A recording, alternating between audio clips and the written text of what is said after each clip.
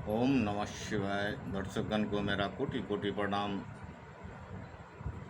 आज हम ईश्वरीय ज्ञान चैनल के माध्यम से शिव महापुराण कथा प्रारंभ करने जा रहे हैं, जिसका शीर्ष का नाम है शांगो पांग पूजा विधि का रहस्य। शांगोपांग किसे कहते हैं, इस विषय में शिव महापुराण में वर्णित कथा आप दर्शक वर्ग को हम सुनाने जा रहे हैं। ध्यानपूर्वक सुनने की कृपा करेंगे। कोटि कोटि आप सबको नमस्कार। शांगोपांग पूजा विधि का रहस्य का वर्णन। उपमन्यु बोले, ब्राह्मणगण सुरापान करने वाले, चोरी करने वाले, गुरु पत्नी के साथ अभ्यचार करने वाले, माता पिता का वध करने वाले, राजा हंता तथा भ्रूण हत्या करने वाले तथा बिना मंत्र के ही भक्तिपूर्वक परम कारण शिव का पूजन करने उन पापों से कर्मों से 12 वर्षों में मुक्त हो जाते हैं। अतः पतितों को भी पतित प्रयत्न से शिवजी का पूजा अवश्य करनी चाहिए। भक्त ही मुक्त होते हैं, दूसरा कोई नहीं होते। भिक्षाहारी हो और जितेंद्र ही हो क्यों न हो। उपमन्यु कहते हैं, यदुनंदन कोई बड़ा भारी पाप करके भी भक्ति भाव से पंचाक्षर मंत्र द्वारा यदि देवेश्वर शिव का पूजन करे तो वह उस पाप से मुक्त हो जाते हैं। जो व्यक्ति जल तथा वायु का आहार ग्रहण करने वाले और व्रतों के द्वारा शरीरों को कृश करने वाले अन्य लोगों हैं, वो भले ही इनका आचरण करते रहे, पर बिना शिव भक्ति के उनका इन व्रतों के द्वारा शिवलोक सान्निध्य या उसका प्रतिफल प्राप्त हो ही नहीं सकता। जो भक्ति भाव से पंचाक्षर मंत्र द्वारा एक ही बार शिव का पूजन कर लेता है, वह भी शिव मंत्र के गौरव वंश शिव धाम को चला जाता है। अतः सभी तप, यज्ञ तथा सर्वस्व दक्षिणाएं, ये सब शिव मूर्ति के पूजन के करोड़ों अंश के भी बराबर नहीं होता। कोई बद्ध हो अथवा मुक्त हो, पंच अक्षर मंत्र से पूजा करने वाला भक्त मुक्त हो जाता है, इसमें कोई विचार नहीं करना चाहिए। कोई सरुद्र अथवा रुद्र उपासक हो या अरुद्र अर्थात परंपरा से उपासक न हो, अथवा पतित या मोहग्रस्त ही क्यों न हो, किंतु शास्त्रों में भली बात ही कहे गए हैं। पंच अक्षर मंत्र के द्वारा यदि एक बार भी शिव पूजन जो करता है, उसे तो मोक्ष ही प्राप्त हो जाता है। दीक्षित अथवा अदीक्षित शिव भक्तों को चाहिए कि वो क्रोध आदि विकारों को जीतकर शास्त्रों में भली भांति प्रतिपादित इस षड्क्षर मंत्र से द्वारा भगवान शिव का पूजन अवश्य करें। दीक्षा विहीनी को अपेक्षा शिव उपासना में दीक्षित साधक का विशेष अधिकार परिचय ही बताया गया है। पंच ब्रह्म मंत्र तथा हंस मंत्रों के पारायण जप आदि के द्वारा मनुष्य मोक्ष प्राप्त कर लेता है। अतः प्रतिदिन भक्ति पूर्वक इस प्रशंसित मंत्र से शिव का पूजन अवश्य करे। जो लोग प्रतिदिन एक समय या 2 समय अथवा 3 समय महादेव जी का पूजन करते हैं, उन्हें साक्षात शिव जी का प्रमुख गण समझना चाहिए।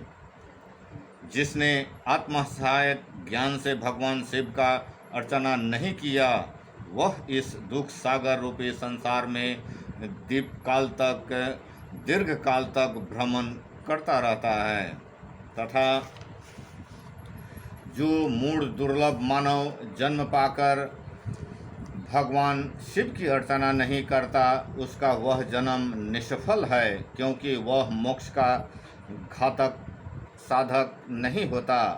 जो दुर्लभ मानव जन्म पाकर पिनाक पानी महादेव जी को आराधना करते हैं, उन्हीं का जन्म सफल होता है और वही कृतार्थ तथा श्रेष्ठ मनुष्य बनते हैं। जो भगवान शिव की भक्ति में तत्पर रहते हैं, जिनका चित्त भगवान शिव के सामने प्रणत होता है, मग्न होता है, तथा जो सदा ही भगवान शिव के चिंतन में लगे रहते हैं, वे सभी दुख के भागी कभी नहीं होते। मनोहर भगवान मनोहर सुंदर भवन, हाव भाव विलास से विभूषित तरुण स्त्रियाँ और जिसने पूर्ण तृप्ति हो जाए, इसका इतना धन, ये सब भगवान शिव की आराधना के फल है। जो देवलोक में वाहन भोग और राज्य चाहते हैं, वे सदा भगवान शिव के चिरन बिंदुओं का चिंतन करते रहे। सौभाग्य, कांतिमय रूप, बल, त्याग, दया भाव, शूरता और विषयों में व्याख्यित ये सब बातों पर भगवान शिव की पूजा करने वाले लोग ही सुलभ होते हैं। इसलिए जो अपना कल्याण चाहते हो, उसे सब कुछ छोड़कर केवल भगवान के शिव में ही मन लगा रहे, उनकी आराधना करनी चाहिए। जीवन बड़ी तेजी से जा रहा है, यौवन शीघ्रता से बीता जा रहा है, रोग तीव्र गति से निकट आ रहा है। इसीलिए सबको पिनाक पानी महादेव जी का पूजा अवश्य करनी चाहिए। जब तक मृत्यु नहीं होती तब तक वृद्ध अवस्था आक्रमण नहीं होता, और जब तक इंद्रियों शक्ति छीन नहीं हो जाती तब तक भगवान शंकर की आराधना कर लो। भगवान शिव की आराधना के समान दूसरा कोई धर्म तीनों लोक में नहीं है। इस बात को समझकर प्रयत्नपूर्वक भगवान सदाशिव की अर्चना करनी चाहिए। यदि शिव की पूजा प्रसाद में की जाए, उस अवसर पर द्वार याग, वृक्षारोपण, परिवार देवताओं के लिए बलि निवेदन तथा नित्य उत्सव करना चाहिए।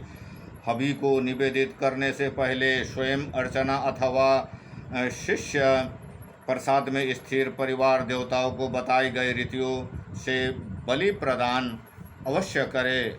उस समय प्रसाद से बाहर जाकर उन देवताओं के समक्ष स्थित होकर मंगल वाद्य भी बजने चाहिए, यानी ढोल, ताशा, कीर्तन अवश्य होने चाहिए। बलि देने से पूर्व शिष्य पुष्प, धूप, दीप आदि अन्य उपचार समर्पित कर उन महापीठों में उत्तर विमुख स्थित होकर साधक अन्न, जल आदि सहित बलि प्रदान करे। प्रत्येक जो अन्न आदि शिव को निवेदित किया जा चुका है और उसने जो बच गया है, उसमें वह सब चंडक को निवेदित चंडी देवी मैया को अर्पित कर दे। तदुपरांत सविधि हवन करके अभिष्ट पूजन को संपन्न करे।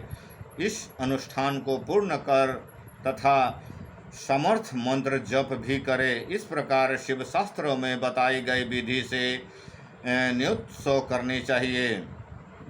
रक्त वर्ण के अष्टदल कमलों से सुशोभित एक बड़े स्वर्ण धातु मात्रा में भगवान शिव की दिव्य पशुपथ शस्त्र का आह्वान कर उनकी पूजा अवश्य करे। यजमान अस्त्र मंत्र से न्यास करके उस पात्र को वस्त्र, माला आदि से अलंकृत तथा चमकती हुई छड़ी लेकर स्थित ब्राह्मण के सिर पर रखकर उसके साथ शिव प्रसाद के परिवार देवताओं को पूजा बलि आदि प्रदान करे। न अधिक वेग से, न ही मंद गति से, अर्थात मध्य गति से उस महापीठ के 3 बार प्रदक्षिणा करे, पूजन करे, माथा टेके। उस समय प्रसाद से बाहर मंगलिक ध्वनि, शंख, मृदंग आदि तथा नित्य गीता आदि भी अवश्य करनी चाहिए। साधक पूजा के अंग के रूप में दीपदान तथा ध्वजा दान भी करे। महापीठ के 3 बार प्रदक्षिणा करे।